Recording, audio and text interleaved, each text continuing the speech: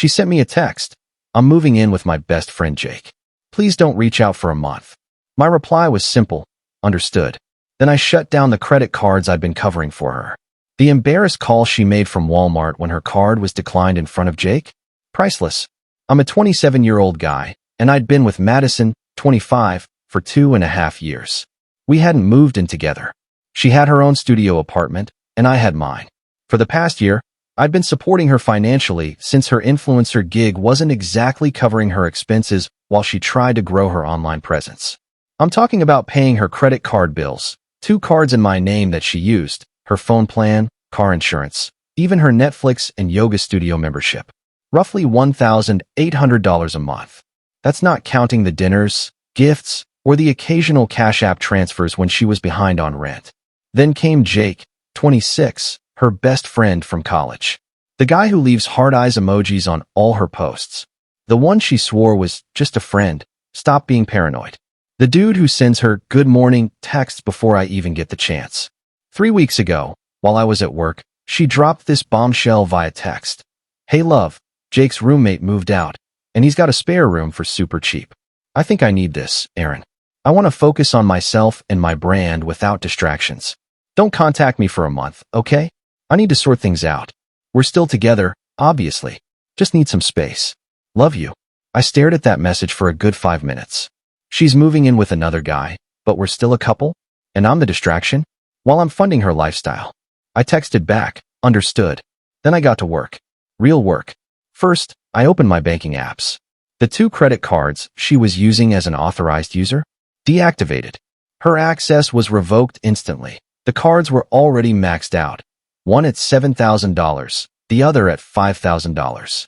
I'd been foolishly paying the minimums. Her phone plan? R. Removed her from my account, effective immediately. Car insurance? Dropped her from my policy. She could handle that herself. Yoga membership tied to my card? Cancelled. Netflix on my family plan? Booted her off. The streaming accounts she used with my login? Passwords changed. Even the Amazon account she used for her business, purchases, random junk, really, her profile was gone. It took me about an hour. Then I blocked her number. She wanted a month of no contact? Fine. The clock was ticking. Update 1. The quiet lasted exactly 72 hours.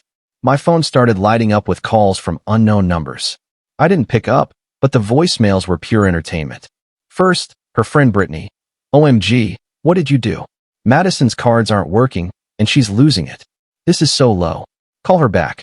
Next, her mom, Deborah. Hi. Dear, it's Deb. There seems to be a mix-up with Madison's cards. She thinks it's a glitch. Can you fix it? She's really upset. Then Madison herself, using Jake's phone. What the heck, Derek? My card got declined at Target in front of everyone. How could you do this? This is financial manipulation. Fix it now. Financial manipulation? That's a bold claim from someone who moved in with another guy while I paid her bills. I didn't reply to any of them. She wanted space? She got it. The best voicemail came that night. Madison, sobbing, Derek, please. My car insurance lapsed, and I got a ticket. The fine's $450, and I don't have it. Jake saw my card get declined at Walmart when I tried to buy food. I had to act like I grabbed the wrong card.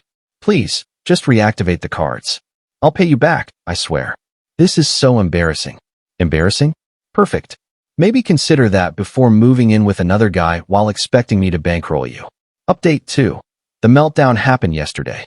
Madison showed up at my place, with Jake in tow. Yep, she brought him to confront me about stopping the money I'd been giving her. I opened the door, and there they were. Madison Lou.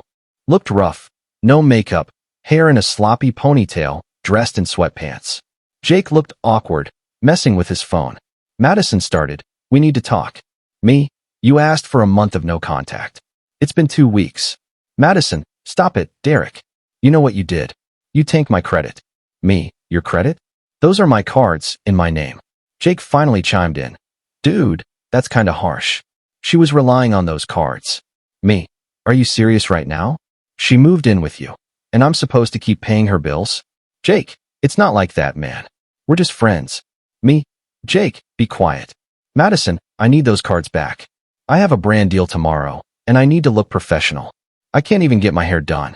Me, sounds like your problem. Madison, I'll take you to court. You controlled me financially, and now you're punishing me. Me? Sue me for what? Not giving you free money? Go for it. I've got 2 years of statements showing thousands spent at Ulta, Zara, and coffee shops while you posted about being a self-made queen. Jake shifted awkwardly. Yo, Madison, you said he was controlling and abusive. Me abusive? I paid her bills while she played influencer. Controlling? She moved in with you, dude. Does that sound like I was controlling her? Madison's face flushed. You're destroying my life. My follower count is tanking because I can't keep up my content. My car registration's expired. I can't even buy food. Me. Jake's not helping with groceries? Strange. Thought you two were roommates. Jake looked at Madison. I mean, I covered your rent, but... Madison snapped. Not now, Jake. It was clicking for Jake. He thought he was getting a girlfriend. She thought she was getting a free place to stay while keeping me as her personal bank. Me. You wanted space to focus on yourself. I'm giving you exactly that. Now leave. Madison started crying. You don't get it. I have bills. Responsibilities. My minimum payments are like $400 a month. Me. Then get a job. Madison, content CRE. Creation is my job. Me. Your 3,000 followers aren't paying your bills. I was. Not anymore. Goodbye. I started closing the door. Madison yelled, I'll post about this. I'll tell everyone what you're really like. Me, go ahead. Don't forget to mention you moved in with another guy while expecting me to fund your life. That'll get you tons of likes. I shut the door. The online attack started immediately. Madison posted a video on TikTok about financial abuse in relationships. It got maybe 500 views. The comments were ruthless. You moved in with another dude. What did you expect? So your ex paid all your bills? Where do I sign up? This is cringe. Delete it. She took it down within hours. Then the desperation kicked in. Jake messaged me on Instagram. Bro, we gotta talk. Madison's been lying. She said she could pay half the rent, but she's broke. She's eating my food, using my stuff, and crying nonstop. She owes me $900 already. Can you just take her back? Me. That's your problem now. Jake, come on, man. She won't leave. She says she has nowhere to go. Me. Her mom lives 20 minutes away. Jake. Her mom won't take her unless she gets a real job. Me. Smart lady. Jake. This isn't funny. She tried to flirt with me to get me to pay for her stuff. When I said no, she called me names. I laughed out loud. Me. You wanted her as your roommate. Deal with it. Then Madison's mom, Deborah, called me, not to scold, but to apologize. Derek, honey, I'm so sorry. I had no idea you were covering all her expenses. She told us her online stuff was making good money. Me. She was making maybe $200 a month from affiliate links. Deborah. Oh my gosh, and the credit cards. Maxed out. $12,000 total. Me, yep. Clothes, makeup, dining out. Check her Instagram. Every post was bought with my cards. Deborah. That little. I'm cutting her off too. She can come home and get a real job or figure it out. I'm done enabling her. Me. Good call, Deb. And for what it's worth, you're a great person. You deserve better. That felt incredibly validating. Update 4. Yesterday marked 1 month since her no-contact request. Right on cue, Madison texted from a new number. Hey babe, the month's up. I've had time to reflect, and I miss us. Can we talk? Also, Jake's being really weird, and I need to leave. I didn't reply. An hour later, hello? Then, Derek, please. I messed up.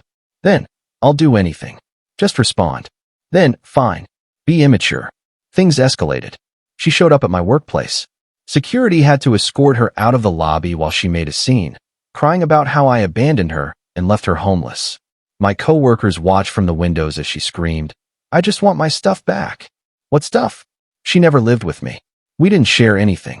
My boss pulled me aside. You okay? Need a restraining order. Me, might have to. After work, I had 63 missed calls from random numbers. The voicemails got crazier. You've ruined my life. Jake's kicking me out by Friday. My credit's trashed. You're a monster. I'm calling your mom. She did call my mom. Mom called me laughing. Derek, your ex just called crying about credit cards. I told her to apply at Starbucks. They're always hiring. Me. Thanks, Mom. Mom. She called me a bitter hag and hung up. Sorry. Me. Don't be. That's the best thing I've heard all week. Update 5. Jake lasted 34 days. He gave Madison a written notice. Not a legal eviction since she wasn't on the lease, just a get out by Sunday or your stuff's on the curb letter. How do I know? Madison sent me a photo of it with the caption, "Look what you caused." Me, you caused this yourself. Madison, I'm going to be homeless. Me, your mom's house has space. Madison, she's making me work at her friend's dental clinic as a receptionist. Do you know how humiliating that is? Me, more or less humiliating than a declined card at Walmart. Madison, I hate you. Me, okay. She sent about 40 more texts I didn't bother reading. I just cleared the notifications. But the real twist came from T. The credit cards. Madison had been using one card to pay the minimum on the other, and vice versa. A fragile scheme that was bound to collapse. Both cards got flagged for suspicious activity. I had to call and explain everything. They're now investigating her for potential credit fraud. Turns out, using someone's cards to fake a payment cycle is highly illegal. Who knew? I did. That's why I kept records of everything. Update 6. Madison's influencer career officially tanked yesterday.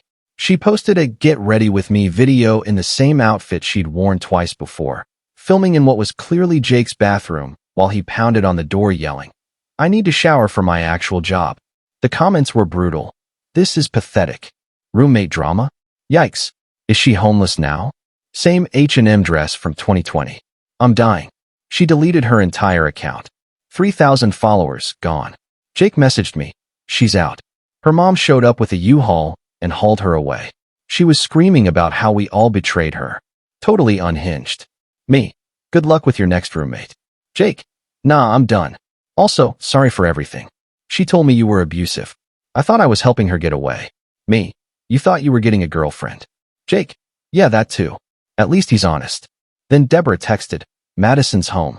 She starts at the dental office Monday. Regular hours, real paycheck. Thanks for not pressing fraud charges." Me. No problem. Hope she learns something. Deborah. She's saying you two are on a break and will reconcile once you cool off. Me. Delusional. Deborah. That's what I told her. Also, she's paying rent now. Market rate. She cried for hours. Final update. It's been 2 months since Madison moved in with Jake. Here's the wrap-up. Madison. Back with her mom, working 9 to 5 as a receptionist. Her Instagram is private now, with 47 followers. Deborah sent me a photo of Madison in scrubs at the dental office, looking utterly defeated. I didn't feel a shred of sympathy. She earns $18 an hour, and her mom takes half for rent. Reality's a tough teacher. Jake posted on social media looking for a new roommate, with a list of rules like must show proof of income, no influencers. The comments roasted him about Madison. He's learned his lesson. Me? I'm doing great. Those maxed out cards? I'm paying them down fast with the $1,800 a month I'm no longer spending on Madison. I'll be debt-free in 8 months. My credit score's already up 40 points. I started dating Olivia, someone I met at my climbing gym. She's an engineer, pays her own way, and thinks the Madison saga is comedy gold. She asked to see the credit card statements. We spent an evening laughing at the ridiculous charges. $400 at AITA for investment pieces, makeup. $300 for a ring light she barely used. $200 for a business dinner at a nightclub. $150 for networking at boozy brunches.